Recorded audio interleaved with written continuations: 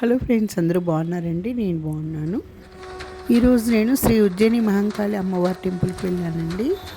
ఈ అమ్మవారి ఆలయ చరిత్ర అనేది నాకు తెలిసినంత వరకు చెప్తానండి. 1813లో సికింద్రాబాద్తో పాటు జంట నగరాల్లో అంటే చుట్టుప్రక్కల ఉన్న ప్రాంతాల్లో కూడా కలరా వ్యాధి సోకిందంటండి.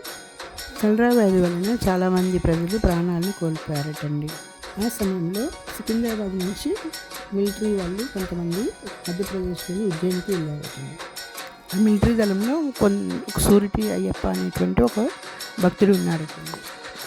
ఆ అయ్యప్ప ఉజ్జయినిలోని మహంకాళి అమ్మవారిని దర్శనం చేసుకున్నారటండి. అప్పుడు మా ప్రాంతంలో కలరా తీవ్రత తగ్గించాలని, అలాగే ప్రజల ప్రాణాపాయం నుండి ప్రజలను కాపాడాలని ఆయన అమ్మవారిని వేడుకోవడం జరిగిందంటండి. అలాగే తమ ప్రాంతంలో కలరా వ్యాధి తగ్గించి తమను కాపాడితే సికింద్రాబాద్లో కూడా అమ్మవారికి రూపశిల్పం అంటే అమ్మవారి ప్రతిష్ఠ చేస్తాను అని మొక్కుకోవడం జరిగిందంటండి. అలా అయ్యప్ప ప్రార్థనలు ఫలించాయంటండి. అంటువ్యాధి అనేది తగ్గిపోవడము అంటే ప్రజల ప్రాణాలు కాపాడడం జరిగిందంట.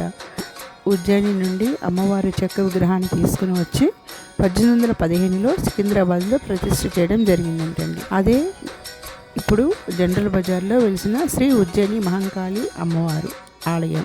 అమ్మవారిని సికింద్రాబాద్లో ప్రతిష్ఠ చేసిన తర్వాత ప్రజల కష్టాలు తీరాయని భక్తుల పూర్తి నమ్మకం అండి. అలాగే ప్రజలు బోనాల పండుగ చేసుకునేవారండి. అలాగే ఇప్పటికీ కూడా తెలంగాణ రాష్ట్రంలో అత్యంత వైభవంగా జరిగేది ఏంటి అంటే ఈ రాష్ట్ర పండుగ అయినటువంటి సికింద్రాబాద్లో మహంకాళి బోనాల ఉత్సవం అండి.